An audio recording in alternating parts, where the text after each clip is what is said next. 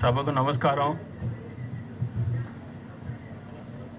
సరిగ్గా 50 ఏళ్ల క్రితం అంటే 1974వ సంవత్సరం మా నాన్నగారు మా దివంగత అన్నగారి పేరున శ్రీ నందమూరి రామకృష్ణ గారి జ్ఞాపకార్థం నిర్మాణ సంస్థ స్థాపించారు.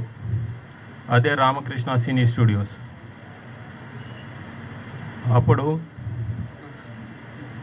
ఇప్పుడు ఈ రామకృష్ణ సినీ స్టూడియోస్ కూడా 50 వసంతాలు పూర్తి చేసుకుంది. అది ఎవరికి మీ అందరికీ గుర్తు చేస్తున్నాను. అలాగే ఆయనతో పాటు ఒక యువ హీరోని పరిచయం చేయడం జరిగింది. అదే మా తమ్ముడు నందమూరి బాలకృష్ణ గారిని. ఇప్పటికీ 50 సంవత్సరాలు పూర్తయింది. ఆయన ఎన్నో వైవిధ్యమైన పాత్రలు చేశారు, ఎన్నో వైవిధ్యమైన సినిమాలు చేశారు. అటు జానపదం కానివ్వండి, మైథలాజికల్ కానివ్వండి, పౌరాణికం కానివ్వండి, లేకపోతే సాంఘికం కానివ్వండి, ఎన్నో వైవిధ్యమైన పాత్రలు వేశారు ఆయన. మా నాన్నగారికి నిజమైన వారసుడు, నటన వారసుడు అని నిరూపించుకున్నాడు. మా నాన్నగారు కూడా ఈ ఇండస్ట్రీలో ఎన్నో పాత్రలు వేసి, ప్రతి నాయకుడి పాత్రను కూడా వేసి జనాన్ని మెప్పించాడు ఆయన. వయసుకు మించిన పాత్రలు కానివ్వండి, ఎన్నో వైవిధ్యమైన పాత్రలు. అలాగే మా తమ్ముడు బాలకృష్ణ కూడా అదే దారిలో ఆయన నటవారసుడిగా, ఇప్పుడు ఆయన వేసిన పాత్రలు ఆయన ఒక్కడు తప్పితే వేరే నటుడు ఎవరు వేయలేరు.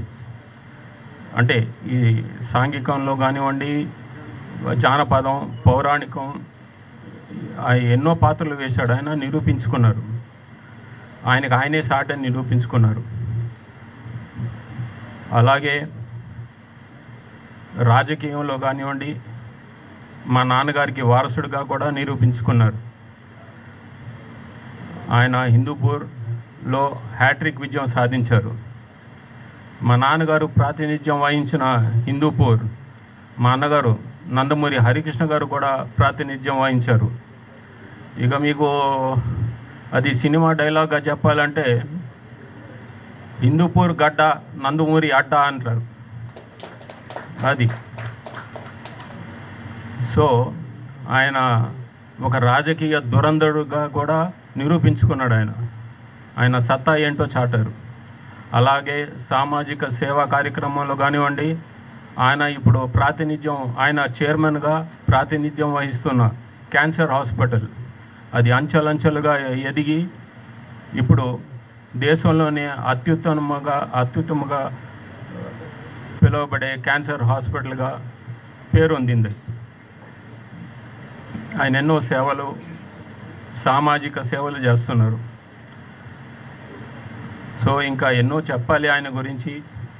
బట్ ఇది పరిచయ వేదిక అంటే తెలుగులో చెప్తున్నాను.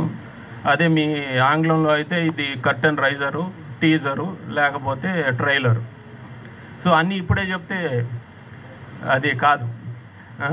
సో ఎలాగైనా ఈ సినిమా ఇండస్ట్రీ ఆయన్ని ఘనంగా సత్కరించాలని పూనుకుంది. అది ఈ మంత్ ఎండ్ సెప్టెంబర్ 1 నాడు చేస్తున్నారు. సో ఆ విషయాలన్నీ ఆనాడు తెలియజేస్తాను. ఇప్పుడే చెప్తే థ్రిల్ ఉండదు. అది సో ఇంకా మిగతా విషయాలు, ఆ కార్యక్రమాలకి సంబంధించిన విషయాలు చెప్పడానికి కమిటీ సభ్యులు ఉన్నారు. వారందరికీ ఇది థ్యాంక్స్. జై ఎన్టీఆర్, జై Hind. Thank you sir, thank you so much sir. మీ ఇద్దరి ఆశీస్సులతో ఈ కార్యక్రమం ఎంతో వైభవంగా జరగాలని మనస్ఫూర్తిగా